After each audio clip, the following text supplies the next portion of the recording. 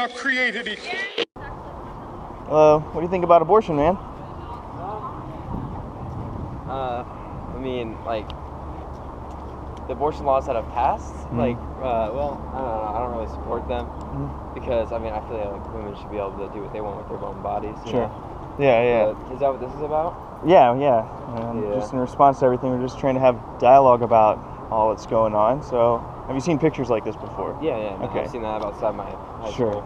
Okay, so, what do you think that is in that picture? Is that a human being? I mean, it's the development of a human being. Isn't it like not like exactly stated a human being until it's a certain like duration of life, old? I don't know. Yeah, instantaneously though. At the moment of conception, that's when it becomes scientifically a human being, right? Okay. A sperm is not a human being, an egg cell is not a human being either. But when those two meet, the sperm and egg both die in the fusion process, and they create a third cell called a zygote. It's a single-celled organism, right? Yeah, every species reproduces biology, like that. Yeah. That's what every species does. They make a single-celled organism. Now, we can look at what species is it through the DNA, and we see that, through the law of biogenesis, two humans make another human, right? It's the only species it could be. There's nothing else that it could be in the womb. And so when you have that zygote, that is a stage of human development, right? Now, when I say that, I'm saying it's the same as a fetus, an infant, a toddler, a teenager, adult, senior, right? That zygote is just a name for a stage of development of a human being, right? Yeah. And so my question to you then would be, what do you think give human beings value? Because I can say this is a human being through science, we know that. Now, what gives us value? Yeah. Oh, that's a hard one. I'd say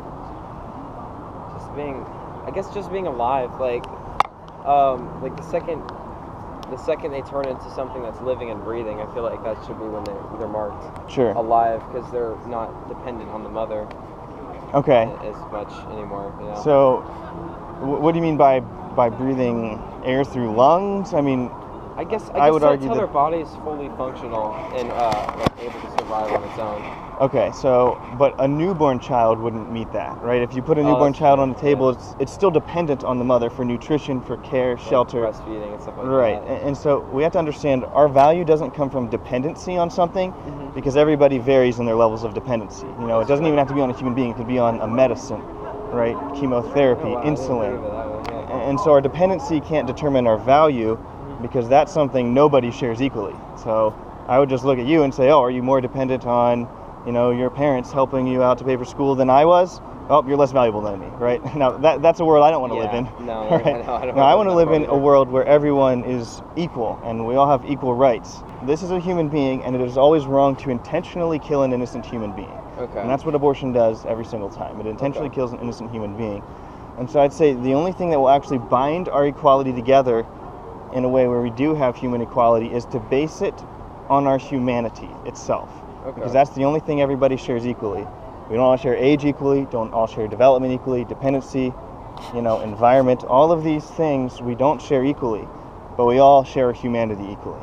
Yeah, that's true. And so that is the basis of human value. If you pick anything else, there's going to be no such thing as equality. It's impossible. It can't be skin color, it can't be height, right? Nothing else makes sense except humanity. So I'm kind of conflicted in like certain different directions with pro and anti-abortion. So what are we supposed to do about, let's say, unprotected sex at 16? Girl gets pregnant. What about that? Because is it just she chose to do that, so it's her problem? Is it that sort of thing? Sure. I mean, we could even talk about, let's say that 16-year-old was raped. She was assaulted and conceived through that, right? Now, if we look at that specific scenario of assault and conception through that, let's realize there are three people here. We have the father, the criminal, who is the rapist, right? We have a mother who is an innocent victim, and we also have a baby who was conceived, which is a victim of the scenario. It didn't choose to be conceived through rape. Whether it's, you're conceived through love or violence, the science is going to work the same way, right? Now, since we have two victims and a criminal, if we're going to put the death penalty on someone, I would put it on the criminal, the rapist, right? Rape is one of the worst things you can do to someone. And I think that punishment is worthy of the death penalty. Now, some countries put the death penalty on the mother instead. Do you think that's right? No. No, right. Obviously not, because she's a victim. She did nothing wrong. Yeah, exactly. Right? And so why then in our country, why do we think it's acceptable to put the death penalty on the other victim, the other human being that was created, who did nothing wrong, no choice over the matter, just like the mother, no choice to get raped, no blame whatsoever. So we wouldn't put the death penalty on her. The solution to that should just be have the baby and give it up for adoption.